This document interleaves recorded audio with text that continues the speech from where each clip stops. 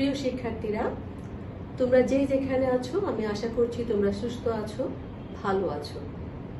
আমি শাহনাজ পারভিন, সহযোগী অধ্যাপক, হিসাব বিজ্ঞান বিভাগ, ঢাকা কলেজ। আমার অ্যাকাউন্টিং থিওরি ক্লাসে বিবিএ অনার্স অ্যাকাউন্টিংয়ের 4th ইয়ারের স্টুডেন্টদেরকে স্বাগত জানাচ্ছি। আমি অ্যাকাউন্টিং থিওরি কোর্সটার ইনটেনজিবল অ্যাসেটস চ্যাপ্টারটা নিয়ে আলোচনা করব। এই চ্যাপ্টারের উপরে আমি ইতিমধ্যে একটা ক্লাস নিয়েছি এবং সেই ক্লাসে আমি ইনটেনজিবল অ্যাসেটস কি এবং কিভাবে এটার কস্ট নির্ণয় করা হয়, কিভাবে অ্যামোর্টাইজেশন নির্ণয় করা হয়, কিভাবে ইম্পেয়ারমেন্ট নির্ণয় করা হয় এবং ডি রিকগনিশন কিভাবে করা হয় এবং এইগুলোর হিসাব রাখার প্রক্রিয়া নিয়ে আলোচনা করেছি। সেই সাথে আমি তোমাদেরকে দুটো অঙ্ক করেও দেখিয়েছি। তো আজকে আমি তোমাদেরকে ম্যাথ করাবো, বাট ম্যাথ করানোর আগে আমি তোমাদের কিছু যে ইনটেনজিবল অ্যাসেটস, সেই কিছু গুরুত্বপূর্ণ ইনটেনজিবল অ্যাসেটস নিয়ে তোমাদেরকে আলোচনা করবো। কারণ আমি চাই তোমরা যে সম্পত্তিটার হিসাব রাখা শিখছো সেই সম্পত্তিটা সম্পর্কে তোমাদের ধারণা থাকা দরকার। কেননা আমি আমার এই শিক্ষকতা জীবনের অভিজ্ঞতা থেকে বলতে পারি যে তোমাদেরকে যখন ভাইবা বোর্ডে অনেক সময় জিজ্ঞেস করা হয় যে কয়েকটা ইনটেনজিবল অ্যাসেটসের নাম বলো, দেখা যায় যে অনেকেই কি করে যে শুধু সুনামটা বলতে পারে, বাকিগুলো আর বলতে পারে না। কিন্তু অঙ্ক করতে পারো তোমরা, সম্পত্তির হিসাব ডেবিট, ক্যাশ হিসাব ক্রেডিট এবং সম্পত্তির অবচয় সবকিছুই তোমরা পারো, বাট সম্পত্তিগুলোর যে কোনটা ইনটেনজিবল অ্যাসেট এটা তোমাদের মেমোরি থেকে হারিয়ে যায়।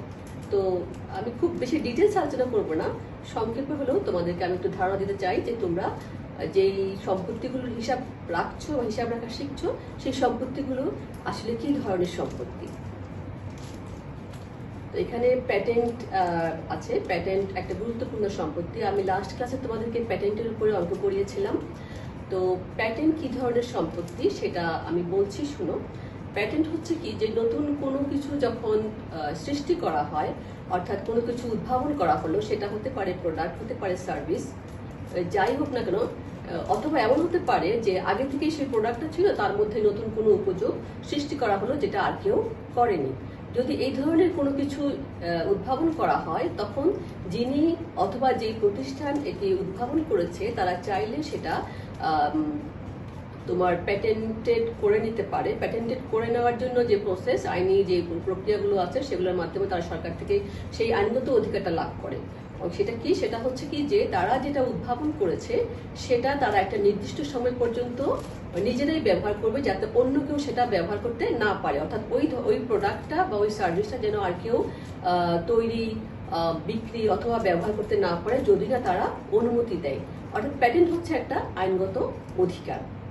তো এখানে প্যাটেন্টের একটা সংজ্ঞা দেওয়া আছে, চলো আমরা সেটা দেখি। এখানে কি বলা আছে দেখো, a patent is a form of intellectual property that gives its owner the legal right to exclude others from making, using or selling an invention for a limited period of years in exchange for publishing and enabling public disclosure of the invention. তো আমি যেটা বললাম যে তোমাদেরকে এখানে আমাদের সব সেগুলোই বলা আছে, শুধু একটা লাইন যেটা, সেটা হচ্ছে patent is a form of intellectual property, অর্থাৎ প্যাটেন্ট হচ্ছে একটা বুদ্ধিভিত্তিক সম্পত্তি। অবশ্যই বুদ্ধিভিত্তিক, কেননা যদি সেখানে তোমার মেধার ব্যবহার করা না হয় তাহলে কিভাবে উদ্ভাবন করা সম্ভব হবে বলো। তো এই হচ্ছে প্যাটেন্ট। আমরা প্যাটেন্টের যদি একটা উদাহরণ দিয়ে তোমাদেরকে বুঝাই, সাপোজ ধরো যে আইফোন, অ্যাপেল কোম্পানি যে আইফোনটা তৈরি করেছে, যে এটা একটা স্মার্টফোন, এবং স্মার্টফোন কিন্তু এর আগে থেকেও ছিল, হ্যাঁ, কিন্তু আইফোনের যেটা সেটা হচ্ছে কি যে এটার যে ফাংশন, এটা তাকে অন্যান্য যে স্মার্টফোনগুলো আছে সেখান থেকে একটা আলাদা বৈশিষ্ট্য দিয়ে দিয়েছে, এবং অ্যাপেল কোম্পানি এই আইফোনকে প্যাটেন্টেড করে নিয়েছে এবং তারা সেখান থেকে সুবিধা ভোগ করছে।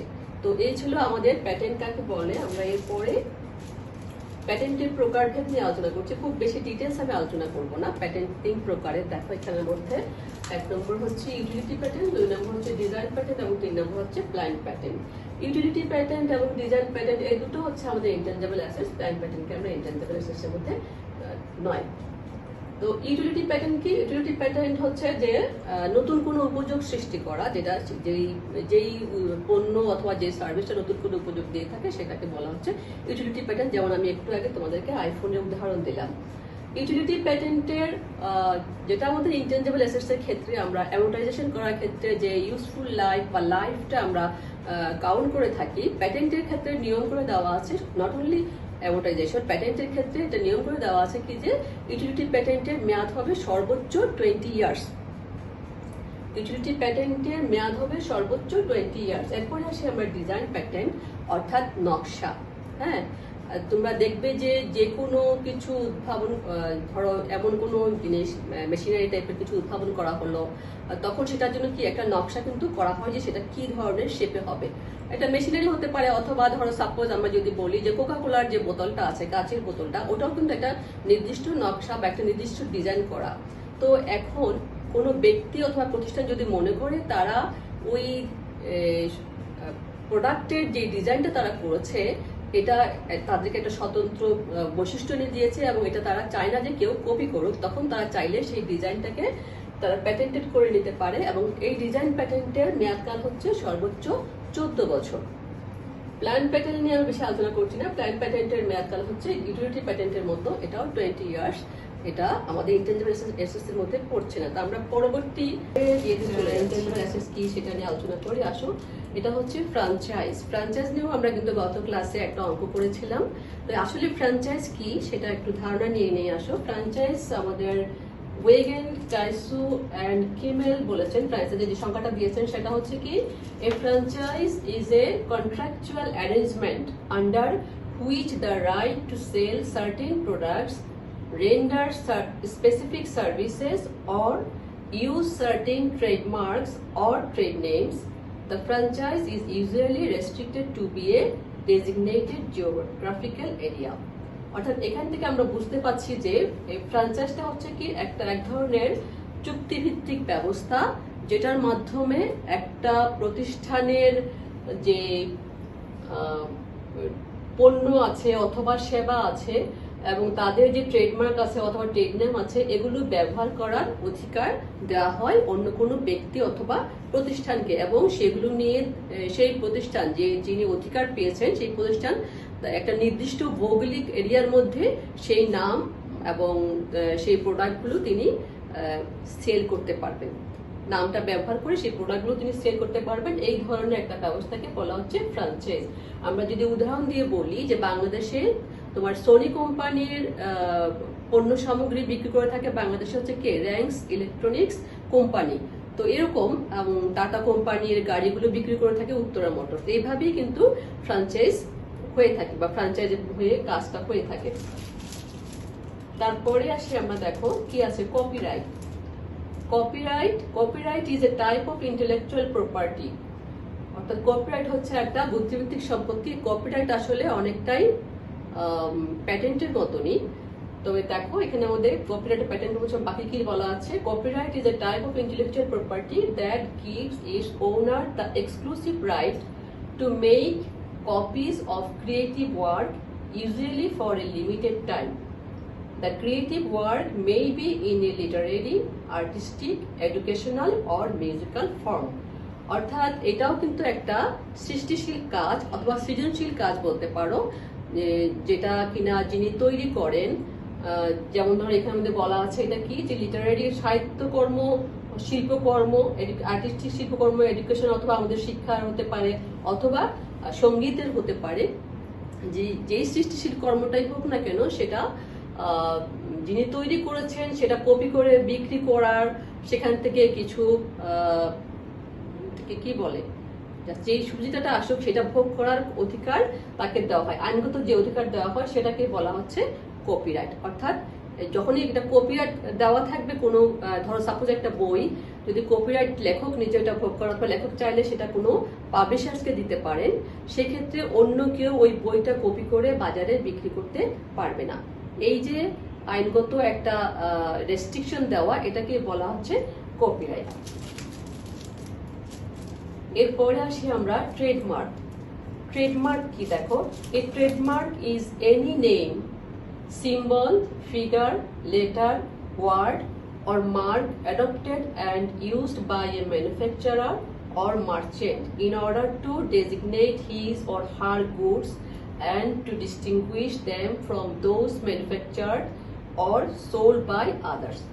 অর্থাৎ ট্রেডমার্ক হচ্ছে একটা নাম হতে পারে, প্রতীক হতে পারে, সংখ্যা হতে পারে, অক্ষর হতে পারে, অথবা কোনো শব্দ হতে পারে, অথবা যে কোনো চিহ্ন হতে পারে, যেটা কিনা কোনো উৎপাদনকারী অথবা কোনো ক্রয় বিক্রয়কারী ব্যবসায়ী তার পণ্যকে অন্যান্য ব্যবসায়ীদের থেকে ডিফারেন্ট করার জন্য ব্যবহার করে থাকে, সেটাকে বলা হচ্ছে ট্রেডমার্ক। এবং ট্রেডমার্কের ক্ষেত্রে যেটা আমি একটু আগে যেটা বলতে ভুলে গেছি, সেটা ছিল যে আমাদের যে একটু কপিরাইট বললাম, কপিরাইটের ক্ষেত্রে অ্যাকচুয়ালি যেটা আমি কিছুক্ষণ আগে ডিসকাস করেছি যে আইনগত যেই লাইফটা, ম্যাক্সিমাম লাইফটা হতে পারবে 40 ইয়ার্স। আর এই ট্রেডমার্কের ক্ষেত্রে এটা যদি রিনিউ করার সুযোগ থাকে, নবায়ন করার সুযোগ থাকে, সেক্ষেত্রে এটা ইনডিফিনিট লাইফ, আমাদের ইনডিফিনিট ইনটেনজিবল অ্যাসেট হয়ে যেতে পারে, এবং সেক্ষেত্রে কোনো অ্যামোর্টাইজেশন কিন্তু ট্রেডমার্কের হবে না। আর যদি সেটা ফাইনাইট লাইফ ইনটেনজিবল অ্যাসেট হয়, অর্থাৎ যদি সেটার লাইফ নির্দিষ্ট করা যেতে পারে, সেই ক্ষেত্রে সেটা অ্যামোর্টাইজেশন করা হবে, এবং সেক্ষেত্রে এটার ম্যাক্সিমাম লাইফ হবে 40 ইয়ার্স। আমরা এরপরে দেখি কি আছে, এরপরে দেখছি আমরা গুডউইল।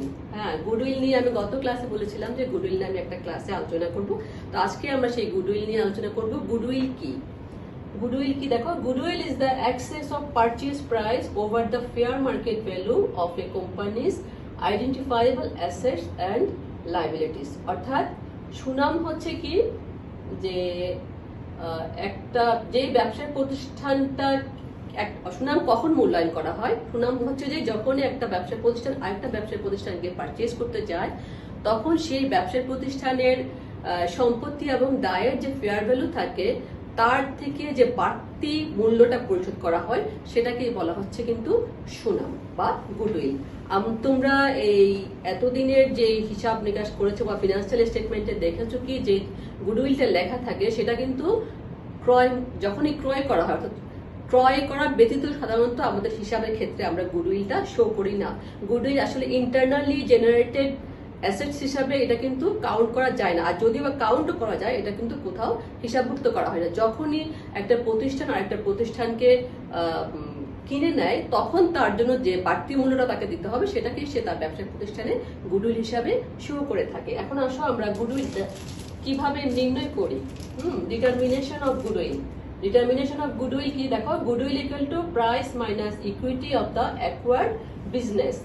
এই যে প্রাইস, এই প্রাইসটা হচ্ছে কি, যেই বিজনেসটা অ্যাকোয়ার্ড করা হবে তার জন্য যে মূল্যটা দেওয়া হবে সেটা, এবং এটা প্রাইস থেকে আমরা বাদ দিব কি, যেই বিজনেসটাকে কিনে নেওয়া হচ্ছে তার ইকুইটিটাকে আমরা বাদ দিব, অর্থাৎ equity of the acquired business. এখন আসো ইকুইটি কিভাবে নির্ণয় করা হয়। তোমরা নিশ্চয়ই, যেহেতু তোমরা 4th ইয়ারে পড়ো, তোমরা জানো যে ইকুইটি কিভাবে নির্ণয় করা হয়। তারপরেও আমি তোমাদের সুবিধার জন্য বলছি, ইকুইটি ইকুয়াল টু এই অঙ্কের ক্ষেত্রে fair value of the assets minus fair value of liabilities. অর্থাৎ একেবারে যখনই প্রতিষ্ঠানটা তোমার কিনে নেওয়া হবে, সেই মুহূর্তে ওই প্রতিষ্ঠানের সম্পত্তিগুলোর যে ফেয়ার ভ্যালু এবং লায়াবিলিটিস যে ফেয়ার ভ্যালু আছে, এই দুটার মধ্যে যে পার্থক্য, সেটাকে আমরা ইকুইটি বলছি। এবং এই ইকুইটিটা প্রাইস থেকে বাদ দিলে কিন্তু গুডউইলটা আমরা পেয়ে যাচ্ছি।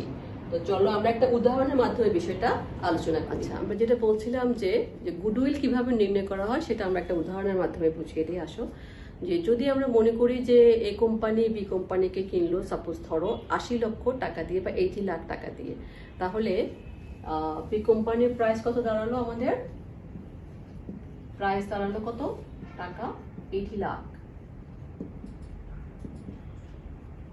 এখন ধরো যদি বি কোম্পানির সম্পত্তি ধরো সাপোজ 1 কোটি টাকা, 1 crore, এবং লায়াবিলিটিস যদি 30 লাখ টাকা হয়, তাহলে আমরা ইকুইটি কত হবে আমাদের? আমরা আসো প্রথমে পাশে ইকুইটিটা নির্ণয় করি। ইকুইটিটা আমরা কিভাবে নির্ণয় করব? যে বি কোম্পানির অ্যাসেটস যেটা দেওয়া আছে, ধরে নিলাম আমরা 1 কোটি, এবং তার লায়াবিলিটিস হচ্ছে 30 লাখ। আমি ভুল লিখেছি, 1 কোটি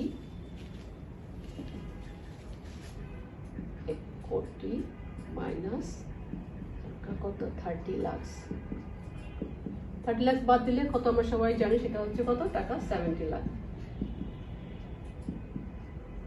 এখন আমরা কি করব, গুডউইলটা নির্ণয় করব। তাহলে গুডউইল কত হবে আমাদের? গুডউইল ইকুয়াল টু, আমি কি বলেছি, প্রাইস মাইনাস ইকুইটি। তাহলে প্রাইস হচ্ছে আমাদের টাকা 80 লাখ, আর ইকুইটি হচ্ছে আমাদের টাকা 70 লাখ। তাহলে গুডউইলের পরিমাণ কত দাঁড়ালো? টাকা 10 লাখ। আমরা এভাবে নির্ণয় করতে পারি। তোমার হয়তো আমাকে হয়তো এমন কোনো প্রশ্ন তোমরা পেতে পারো যেখানে দেখা গেল কি তোমাকে বলা হলো যে একটা প্রতিষ্ঠান আরেকটা প্রতিষ্ঠানকে কিনেছে, ওটার প্রাইস ভ্যালু দেওয়া আছে, এবং যে প্রতিষ্ঠানটা কিনেছে সেটা শুধুমাত্র অ্যাসেটসের ভ্যালু দেওয়া আছে, কিন্তু কোনো লায়াবিলিটিস দেওয়া নাই। অথচ আমি তোমাদেরকে বললাম যে assets minus liability equal to equity. তাহলে সেক্ষেত্রে তুমি কিভাবে গুডউইল নির্ণয় করবা? সেক্ষেত্রে সোজা হিসাব যে যদি কোনো লায়াবিলিটিস তোমাকে দেওয়া না থাকে, তুমি ধরে নেবা কি লায়াবিলিটি হচ্ছে 0, অর্থাৎ সবগুলো অ্যাসেটসের ফেয়ার ভ্যালুটা কাউন্ট করে কিন্তু তুমি সেটাকে ইকুইটি ধরবা, এবং সেটাই তোমার প্রাইস থেকে সেটা বাদ দিলে তুমি পেয়ে যাবে গুডউইল। আর বাকিটা আমরা অঙ্ক করতে করতে শিখবো। তো চলো আমরা এরপরে গুডউইলের জাবেদাটা দেখে নিই। তো প্রিয় শিক্ষার্থীরা, আমরা দেখে নিলাম যে গুডউইলটা কিভাবে নির্ণয় করা হয়। এবারে আসো গুডউইলের জন্য কিভাবে জার্নাল দেওয়া হয় আমি সেটা দেখে নিই। গুডউইলের জার্নালটা আসলে যেহেতু একটা ব্যবসায়িক প্রতিষ্ঠান কেনার জাবেদা, আলাদা করে গুডউইলের জাবেদা আমরা দেই না। ব্যবসায়িক প্রতিষ্ঠান ক্রয়ের যে জাবেদা যেভাবে সেভাবে হয়, দেখো, অল অ্যাসেটস ডেবিট, অর্থাৎ যে প্রতিষ্ঠানটা তোমার কিনে নিয়েছে সেই প্রতিষ্ঠানের যে এক্সিস্টিং অ্যাসেটস গুলো ছিল সেগুলোকে আমরা প্রথমে ডেবিট করব, তারপরে আমরা গুডউইলকে ডেবিট করব, এবং এরপরে আমরা লায়াবিলিটিস, ওই প্রতিষ্ঠানের যে লায়াবিলিটিস গুলো আছে আমরা সেগুলো ক্রেডিট করব, এবং তারপরে ওই প্রতিষ্ঠানটা ক্রয়ের জন্য যেইটা দেওয়া হয়, আমি এখানে ক্যাশ লিখেছি, সেটা ক্যাশ হতে পারে, হ্যাঁ, ব্যাংক হতে পারে, নোটস পেয়েবল হতে পারে, অ্যাকাউন্টস পেয়েবল হতে পারে, যাই হোক না কেন যেটা দেওয়া হবে সেটাই হবে এখানের মধ্যে ক্রেডিট। তো আমরা এরপরে এখানে আমরা গুডউইল সংক্রান্ত একটা অঙ্ক আমি চয়েস করেছি, সেটা নিয়ে আমরা আলোচনা করব। তো দেখো এখানে কি লেখা আছে, Fred Moss, owner of Moss interiors, অর্থাৎ ফ্রেড মস নামে একজন ব্যক্তি, তিনি মস ইন্টেরিয়র্স এর মালিক, is negotiating for the purchase of Joyfell galleries, তিনি জয়ফেল গ্যালারিটা কেনার জন্য আলোচনা করছিলেন। The balance sheet of Joyfel given in an abbreviated from below, অর্থাৎ জয়ফেলের যে ব্যালেন্স শিটটা, সংক্ষেপে ব্যালেন্স শিট, সেটা নিচে দেওয়া আছে। দেখো, balance sheet as of December 31, 2019। এখানে অ্যাসেটস পার্টটা আমি প্রথমে বলছি। অ্যাসেট সাইডে প্রথমে দেওয়া আছে ক্যাশ, ক্যাশ হচ্ছে 1,50,000, ল্যান্ড 1,05,000, বিল্ডিং নেট ফিগার, দেখো, অর্থাৎ এখান থেকে ডিসকাউন্ট বা কিছু থাকলে সেটা বাদ দিয়ে নেট ফিগারটা এখানে, ডিসকাউন্ট বলছি, সরি, ডেপ্রিসিয়েশন, হ্যাঁ, বিল্ডিং থেকে ডেপ্রিসিয়েশন বাদ দিয়ে যে অ্যামাউন্টটা, নেট বিল্ডিং এর যে ফিগারটা, টাকাটা আছে, সম্পত্তিটা, সেই মূল্যটা এখানে লেখা আছে 3 লাখ। এরপর হচ্ছে ইকুইপমেন্ট, এটাও নেট মূল্য লেখা আছে 2,62,500। এরপর হচ্ছে কপিরাইট, এটাও নেট, অর্থাৎ অ্যামোর্টাইজেশন লেস করে লেখা আছে 45,000। টোটাল অ্যাসেটস হচ্ছে 8,62,500। Liabilities and stock holders equity আমরা এই পাশে দেখছি কি কি আছে। অ্যাকাউন্টস পেয়েবল দেওয়া আছে 75,000, লং টার্ম নোটস পেয়েবল দেওয়া আছে 4,50,000, টোটাল লায়াবিলিটিস হচ্ছে 5,25,000।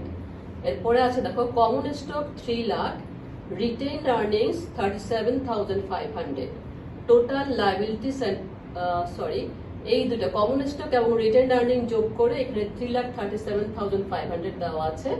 এই যে এই দুটো যোগ করে দেওয়া আছে, অ্যাকচুয়ালি এটাই কিন্তু 31শে ডিসেম্বর তারিখে জয়ফেল গ্যালারিজ এর ইকুইটি, ইকুইটি বা নেট ওয়েলথ বলতে পারো, নেট সম্পত্তি হচ্ছে এটাই।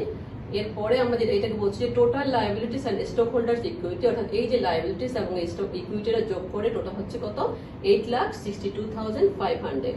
এরপরে কি বলা আছে দেখো প্রশ্নটার মধ্যে, Moss and Joyfell agree that number 1 land is undervalued by taka 45,000। তাহলে দুজনে মস এবং জয়ফেল ওরা একমত হয়েছে কি যে ল্যান্ডটাকে তোমার কম মূল্যায়ন করা হয়েছে, তার মানে কি ল্যান্ডের মূল্য বৃদ্ধি করতে হবে কত, 45,000 টাকা। তারপরে 2 নম্বরে বলা আছে equipment is over valued by টাকা 7,500। ইকুইপমেন্টের ক্ষেত্রে বাড়তি লেখা হয়েছে 7,500 টাকা, তার মানে এখানে 7,500 টাকা কমাতে হবে। এরপরে দেখো, Joyfill agrees to sell the gallery to Moss for taka 5,25,000। জয়ফিল রাজি হয়েছে কি তার গ্যালারিটা সে মসকে বিক্রি করে দেবে কত টাকায়? 5,25,000 টাকায়। ইনস্ট্রাকশনস কি করতে হবে? Prepare the entry to record the purchase of Joyfill galleries on Moss's books. অর্থাৎ এই যে মস জয়ফিল গ্যালারিকে পারচেজ করেছে, সেই পারচেজের জাবেদাটা মসের বইতে তোমাকে দিতে বলা হয়েছে। তো চলো শিক্ষার্থীরা, অঙ্কটা করি আমরা। তো প্রিয় শিক্ষার্থীরা, আসো আমরা এবার আমরা যে অঙ্কটা দেখলাম গুডউইলের, সেই অঙ্কটার সলিউশনটা করি। প্রথমে আসো আমরা গুডউইলটা নির্ণয় করার জন্য আমাদেরকে কি গুডউইলটা নির্ণয় করতে হবে। তো গুডউইল নির্ণয় করার জন্য আমরা এই প্রশ্নের মধ্যে দেখতে পাচ্ছি, এখানে আমাদের দেওয়া ছিল আমাদেরকে ইকুইটি এবং প্রাইস ছিল কত? 5,25,000। তাহলে প্রথমে আমরা এখানে লিখি ক্যালকুলেশন ফর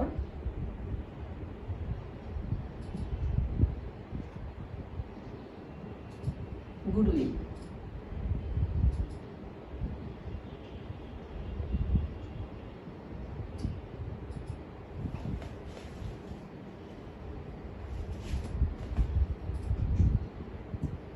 প্রাইস হচ্ছে আমাদের, অর্থাৎ পারচেজ প্রাইস যেটা জয়ফিল গ্যালারি কিনছে, সেটার পারচেজ প্রাইস হচ্ছে 5,25,000।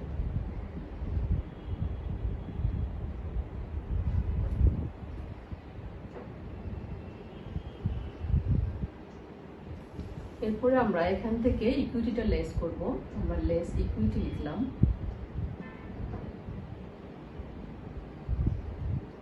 ইকুইটিটা নির্ণয় করার জন্য আমরা এই প্রশ্নের মধ্যে আমাদেরকে যে নেট অ্যাসেটস বা ওয়েলথ দেওয়া আছে, আমরা সেটা লিখি প্রথমে। প্রশ্নে যেভাবে দেওয়া আছে আমরা প্রথমে সেটা লিখি, যেটা আমাদের ব্যালেন্স শিটে দেওয়া আছে। নেট অ্যাসেটস দেওয়া আছে কত? 3,37,500, অর্থাৎ common stock plus retain earning যেটা, সেটাই হচ্ছে নেট অ্যাসেটস 3,37,500। এটার সঙ্গে আমরা অ্যাডজাস্টমেন্ট করব কিসের জন্য? এটাকে ফেয়ার ভ্যালুতে নির্ণয় করার জন্য।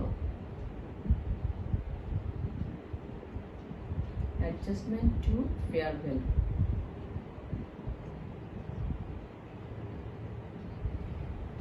কি করতে হবে আমাদের? দেখো, land is under valued by 45,000 লেখা আছে।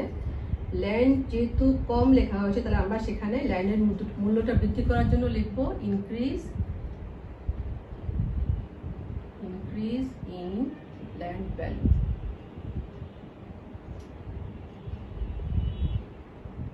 কত টাকা?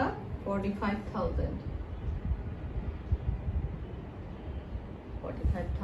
আর হচ্ছে equipment is over valued by টাকা 7,500। তাহলে ডিক্রিজ, যেটা ওভার ভ্যালু হয়েছে, যেটা বাড়তি মূল্য লেখা হচ্ছে, সেটাকে আমরা এখন এখানে কমিয়ে দেব। ডিক্রিজ ইন ইকুইপমেন্টের পরিমাণ হচ্ছে, ডিক্রিজ করতে হচ্ছে আমাদেরকে 7,500। 7,500টা আমরা ব্র্যাকেটে লিখবো। লিখলে আমরা আমাদের ইকুইটিটা পেয়ে যাব এবং সেটা আমরা প্রাইস থেকে লেস করব। তাহলে আসো এটা আমরা ক্যালকুলেট করে দেখি আমাদের কত আসতেছে ইকুইটি।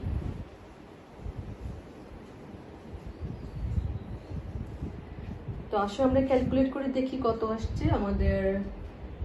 নেট ওয়েলথ হচ্ছে 3,37,500। 37,500 plus 45,000 minus 7,500, এটা হচ্ছে কত? 3,75,000। 3,75,000 এটা আমরা এখন 5,25,000 থেকে লেস করব। লেস করলে আমরা পাচ্ছি কত?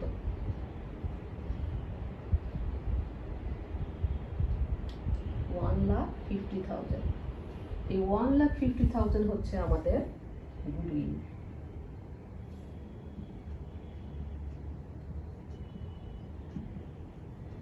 তাহলে গুডউইল ক্যালকুলেশনটা আমাদের করা হয়ে গেল। তো আসো আমরা এরপরে এটার জার্নাল কিভাবে দিতে হয় সেটা দেখি। তো আসো আমরা জার্নালটা দিয়ে দিই। জার্নাল দেবো আমরা কিভাবে, দেখো জার্নাল দেবো আমরা যে মস ইন্টেরিয়র্স যে জয়ফেল গ্যালারিকে পারচেজ করছে, সেই জয়ফেল গ্যালারির যে ব্যালেন্স শিটে যে সম্পত্তিগুলো ছিল আমরা প্রথম সেই সম্পত্তিগুলো ফেয়ার ভ্যালুতে ডেবিট করে নেব এবং তাদের লাইবিলিটিগুলো ক্রেডিট করে নেব। তো আসো আমরা লিখি এখানে প্রথমে ক্যাশের অ্যামাউন্ট হচ্ছে 1,50,000।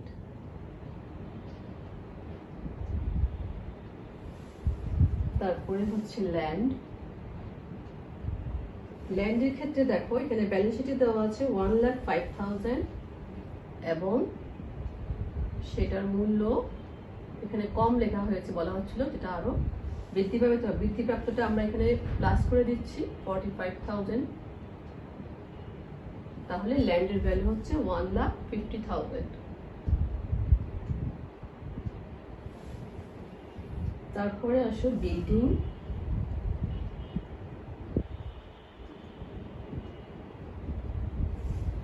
বিল্ডিং হচ্ছে 2,62,000, সরি বিল্ডিং হচ্ছে 3 লাখ। বিল্ডিং হচ্ছে 3 লাখ এবং ইকুইপমেন্ট যেটা আমরা এখানে বলা আছে কি কম মূল্যে নির্ধারণ করতে হবে, বেশি মূল্য দেখানো হয়েছিল। তাহলে ইকুইপমেন্টের ভ্যালু দেওয়া ছিল এখানে ব্যালেন্স শিটে 2,62,500। এখান থেকে আমরা যেটা বেশি দেখানো হয়েছিল 7,500 সেটা আমরা লেস করে দেখাবো। তাহলে 2,62,500 থেকে 7,500 বাদ দিলে থাকবে 2,55,000। এবং আরেকটা অ্যাসেট আছে সেটা হচ্ছে কপিরাইট।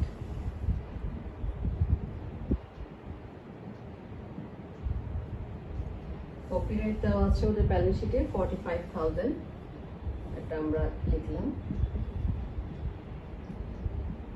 এখন যেটা করব, যেহেতু আমরা ক্যালকুলেশন করে দেখেছি যে গুডউইল আছে, তাহলে আমরা গুডউইলটা এখানে বসিয়ে দেব।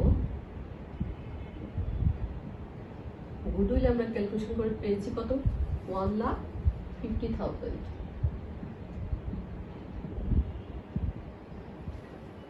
এরপরে আমরা এই জয়ফেল গ্যালারিজের যে লাইবিলিটিস গুলো আছে সেগুলো বসাবো।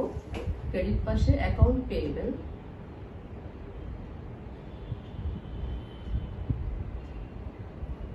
অ্যাকাউন্ট পেয়েবল ক্রেডিট হচ্ছে 75,000।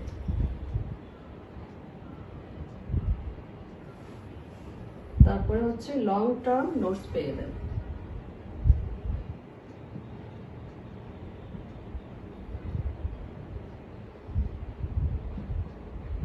লং টার্ম নোটস পেয়েবল এর পরিমাণ হচ্ছে 4,50,000 এবং জয়ফেলকে ক্যাশ পরিশোধ করা হয়েছে। ক্যাশ পরিশোধ করেছে কে, যার ঘরে আমরা হিসাব করছি মস ইন্টেরিয়র্স 5,25,000।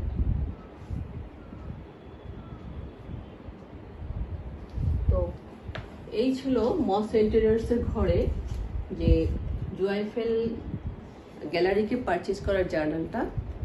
আমাদের অঙ্কটা করা শেষ, তবে আমি এই অঙ্কটা করার সময় আরেকটু কথা বলতে চাই, সেটা হচ্ছে আমরা যে গুডউইল নির্ণয় করলাম, অর্থাৎ এখানে যে নেট অ্যাসেটস দেওয়া ছিল সেটার সঙ্গে আমি কি করেছি, যে অ্যাডজাস্টমেন্টগুলো ছিল সেগুলো সরাসরি যোগ বিয়োগ করে ইকুইটিটা নির্ণয় করে নিয়েছি। এখন এটা যদি তোমাদের কাছে অসুবিধা মনে হয়, তোমরা কি করতে পারো, যে যেহেতু এখানে আমাদেরকে অ্যাসেটসের ফিগারগুলো দেওয়া আছে সেগুলো তোমরা ফেয়ার ভ্যালুতে অ্যাড করে সেখান থেকে যদি তোমরা লায়াবিলিটিস বাদ দাও, সেভাবেও কিন্তু তোমরা ইকুইটিটা নির্ণয় করতে পারবে। তো প্রিয় শিক্ষার্থীরা, আজকে এই ছিল আমাদের ক্লাস। আমি আশা করব তোমরা বেশি বেশি করে চর্চা করবে। অ্যাকাউন্টিং হচ্ছে সেই ধরনের সাবজেক্ট, একটা প্র্যাকটিক্যাল সাবজেক্ট। তুমি যত বেশি এটা প্র্যাকটিস করবে তত বেশি তোমার কাছে সেটা সহজ হয়ে ধরা দিবে। তো কোভিড-19 এই সময়টাতে তোমরা সবাই স্বাস্থ্যবিধি মেনে চলবে, আশা করি ভালো থাকবে। আল্লাহ হাফেজ।